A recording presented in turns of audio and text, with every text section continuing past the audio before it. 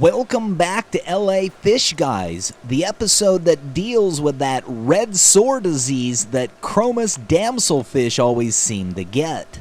Our fancy cylinder tank, a while back we added 24 of these green Chromis. We had started out actually with 60 of them in quarantine, and they had whittled themselves down to 24. At that point, the death rate tapered off.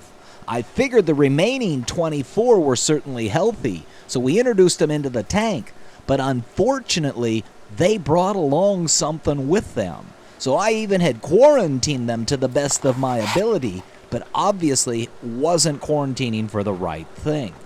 In this particular case, the problem appears to be what's called Euronemia. It's actually a parasite, not a bacteria. And the green Chromis damselfish seem to be most susceptible to it. It's my understanding that these fishes are caught by driving a large school of them into what's called a barrier net. It's kind of like trying to catch a softball at the game and not really realizing where the fence is and running into the fence at full speed. Well, the Chromis damselfish seem to bruise real easily as a result of that. And it's that bruise that starts an infection that ultimately allows this Euronemia to attack it. Along with the Euronemia parasite usually comes a bacterial infection. So it's kind of a double whammy to try to deal with.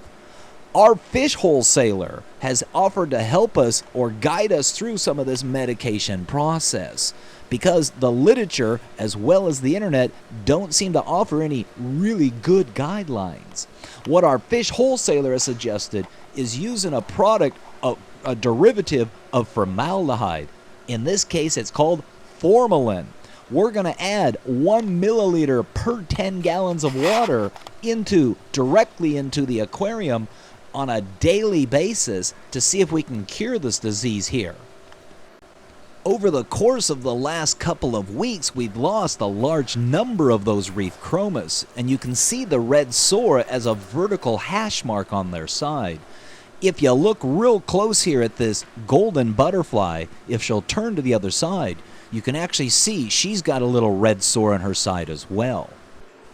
And in addition to the vertical red sore that often appears, sometimes it's just a simple clue, such as a fish hovering in one spot unusually long.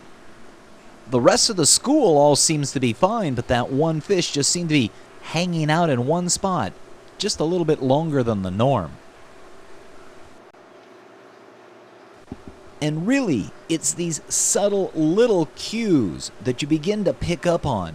In fact, to be quite honest with you, when people refer to an eye for salt water, it's not really an eye for seeing anything, it's an eye for sensing something, when fish begin to act different.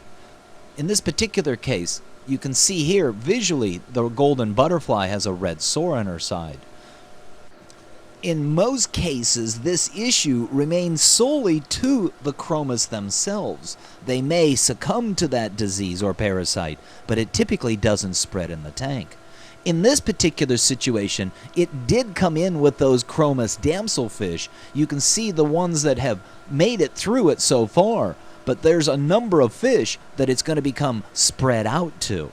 And we're trying to determine who they are. We've noticed that it's on the side of the golden butterfly. We're now beginning to really question, is that something on the side of the Imperator angelfish? Oh my goodness.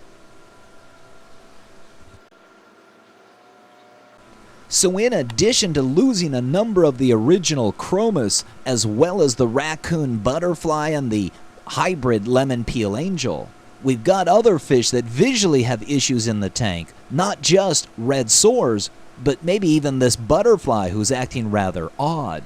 So we need to get ourselves prepared for this medication and get on top of it lickety-split. I did want to take and point out one thing. Did you know that an Imperator angel can talk? Or in this case, grunt? Did you hear that? It was a bit of a grunt. She does this by compressing her bladder. It makes an audible sound, and most fishes who are not expecting a sound with a big grunt would be terrified by that noise, so she uses that to her advantage to bully the other angel around. So as you can see, the water's kind of yellow from the medication. What we're going to do today is change that pleated cartridge. We're going to add the activated carbon back. The carbon will remove the colors and odors as well as the medication from the tank. We're also going to do a big 100-gallon water change. All of this is in an attempt to try to remove as much of the current medication in the tank as possible, so that tomorrow we can begin a whole new regime with a whole new type of medication, hopefully a lot more effective medication. So let's go ahead and get this tank serviced now.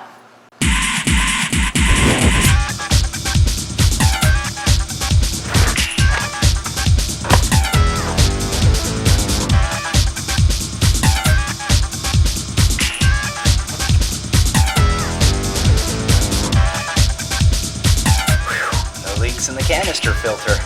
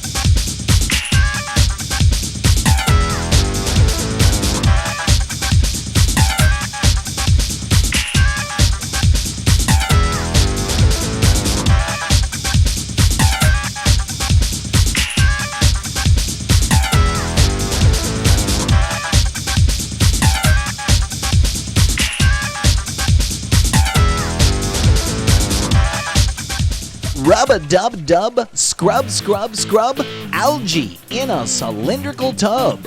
See, not everything's glitz and glamour about being a fish guy, even in LA. But in this particular case, that's how we keep the tank clean. We're gonna scrub it off the sculpture and filter it out.